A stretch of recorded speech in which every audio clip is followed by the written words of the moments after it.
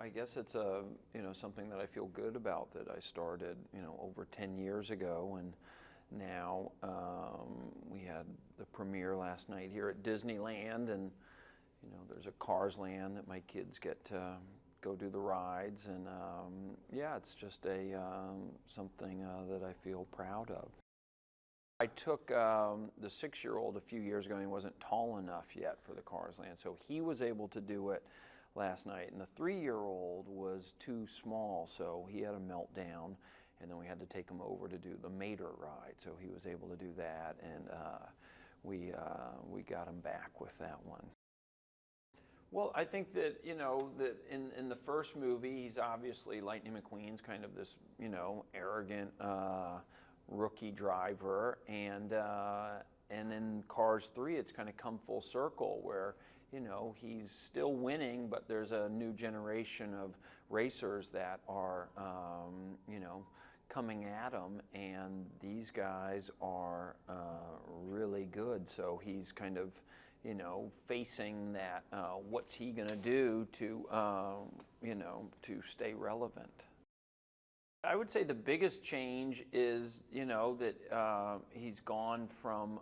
someone who's pretty, self-absorbed to someone, in this movie who is, making sacrifices for other people. And I thought that friendship between Lightning McQueen and Cruz Ramirez reflects that. Lightning McQueen, the challenges he's facing in this one is, what seems to happen to a lot of, athletes, and especially great athletes, is there comes a time when they're not able to sort of do it the way they used to, and they got to sort of adapt or,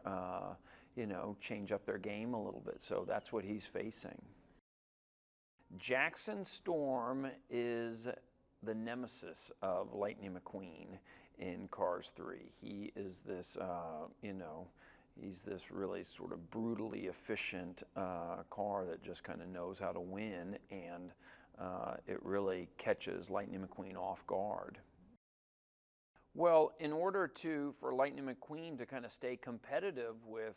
Storm Jackson and some of these next-gen racers, he begins to work with this new trainer, Cruz Ramirez, and she has sort of a lot of kind of new-agey approaches to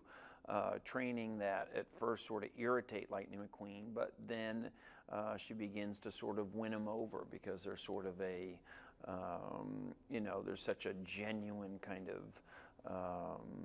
love of racing that she has, and that connects them. I guess the way I relate to it is that I've been playing the character for 10 years, so,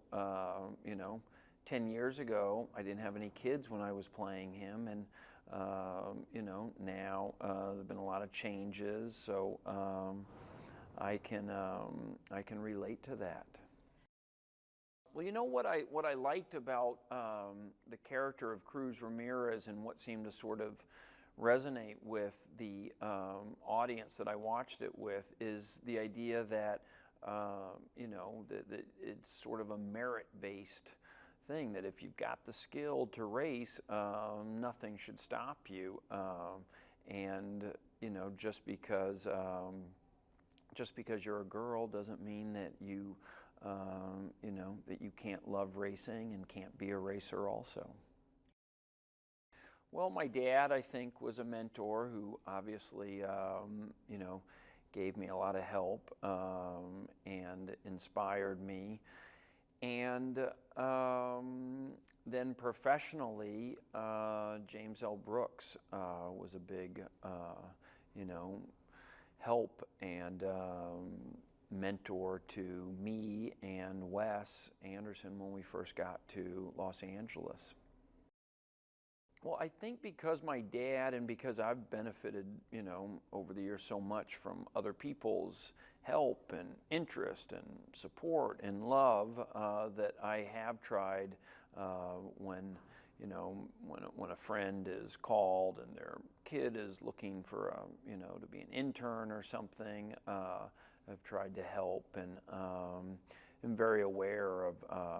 you know, how much we all sort of depend on, you know, getting a break from somebody. Yeah, I think that what Pixar seems to do so well is make these movies that, you know, certainly kids love, but they also play for adults and parents and for the whole family. And I think it's because they do such a good job with the stories that are, you know, funny, but also have emotion and something that you can connect with. And I think in Cars 3, that's especially true. I just know for me, when I